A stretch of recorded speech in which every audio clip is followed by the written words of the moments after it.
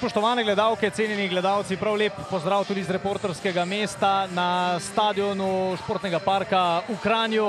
V pričakovanju torej obračuna dveh moštev, ki sta v prvih treh kolih letošnjega državnega prvenstva zbrali po 2 točki. Če je za nogometaše Triglava nekako to pričakovano, potem je to seveda za branilce naslova državnih prvakov, za nogometaše Olimpije to seveda bistveno premalo točk.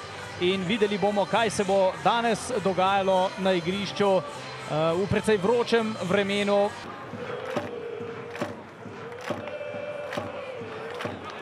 Štiglec, ki se je vključil po levi strani, in pa Abbas, ki je uspel streljati z glavo. 2 zadetka danes kar pogosto v kanskem prostoru, pa zdaj le Tomič in pa Črnic, lepo odigrano. Tomič v sredino do Abbasa, ki je bil na trenutek morda celo malce presenečen, potem pa Abbas v sredino in gol. Zadetek za Olimpijo, izjemno lepo odigrana akcija. Gol pa je na koncu dal Savič. Zadetek torej za 1:0 v 28. minuti. Stefan Savič pa strelec, Črnic. V prvih 2 kolih brez zadetkov se pa takoj ponuja zdaj priložnost za Triglav za izenačenje. Padal je zdaj le Žurga, iz vrat je moral Ivačič, Žana Kumarja. Nova priložnost, zdaj se je Curanović izkazal. Črnic mu že kaže, kar precej sam je na levi strani, toda pri žogi so bili za trenutek tudi nogometaši Triglava, pa Štiglec, ki je lepo žogo zdaj le zaustavil. Štiglec do Abbasa, še vedno je tukaj le Štiglec. Štiglec in zadetek Štigleca za 2:0. Tole se je skozi celotno tekmo nekako napovedovalo. Branilec Štiglec je bil vse skozi v kranjskem kazenskem prostoru in tudi tokrat se je nekako pririnil do tega strela in na koncu je premagal Curanovića za 2:0 v 55. minuti.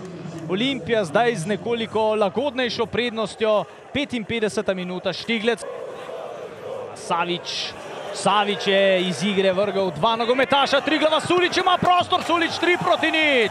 Gol Sulića in zdaj le lahko nekako v 69. minuti že tole tekmo pripišemo. Na tej tekmi pripišemo 3 točke Olimpiji. Ja, Ilić in Zarifović po vstopu Zarifovića, nogometaša, ja, in zdaj še zadetek Boatenga za 4:0 v tej akciji. Torej gol za, lahko rečemo, potrditev zmage. Boateng je premagal Curanovića, torej 4:0, strel po tleh.